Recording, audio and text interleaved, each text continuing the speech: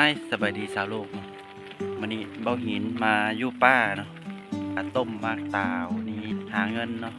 มาอยู่บ้านแล้วต้องได้ดิ้นรนหาเงินเนาะเพราะว่าอยู่บ้านเดี๋ยวนี้นี่บ่มีหยังเนาะ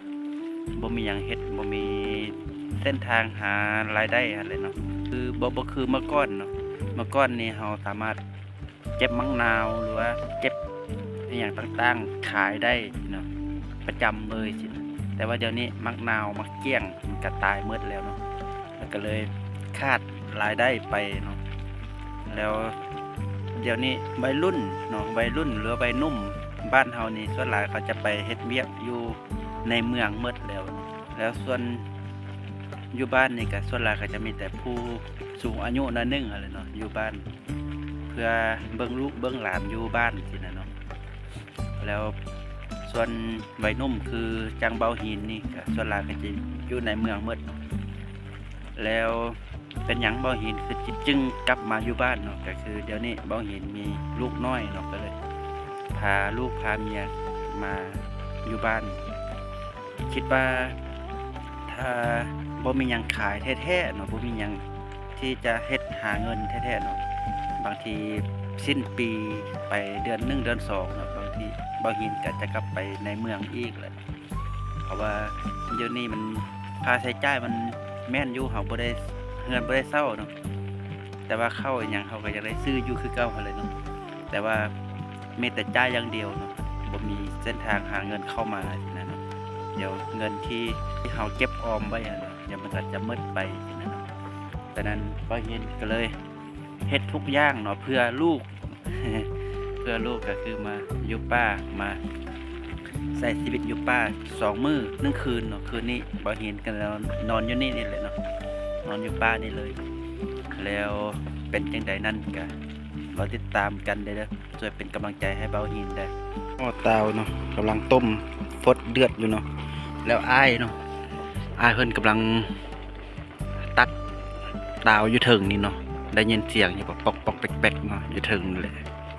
เดี๋ยวจะขึ้นไปแบกหาบลงมาตัดอยู่นี่เนาะตัดอยู่นี่แล้วก็มาต้มคือแบบนี้เนาะแล้วหลังจากนั้นเราก็มาบีบใส่อันนี้แหละเนาะบีบคือผ่านมาที่เห็ดให้เบิ้งเนาะบีบใส่เนาะเป็นเปลือกที่บีบผ่านมาเนาะก็หลายเติบแหละอันนี้เป็นบอนบางอันนี้เป็นบอนทิมเปลือกและนี่ก็เป็นบอนต้มอ้ายเพิ่นอยู่เทิงภูเนาะเพิ่นตัดตาวอยู่เทิงเลยตอนนี้อ้ายเพิ่นตัดแล้วนะตัดลงมาพื้นมันแหละจะขึ้นไปแบกเป้ลงมาเดี๋ยวจะไปเบิ่งเนาะอยู่ไหนเนี่ยเป็นอ่างน้ำเนาะ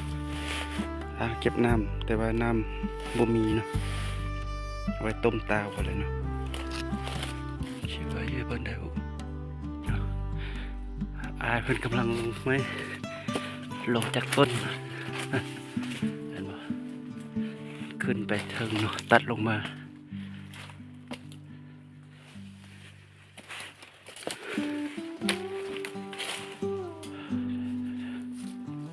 แบกเป้เนาะ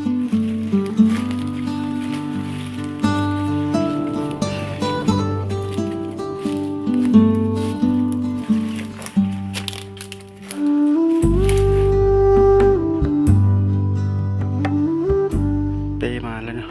วางอยู่บนเก่าแล้ววันนี้ก็จะตักตัวยูหม้อยูออกนะสุกแห้งแล้วน้ำจนแห้งเลย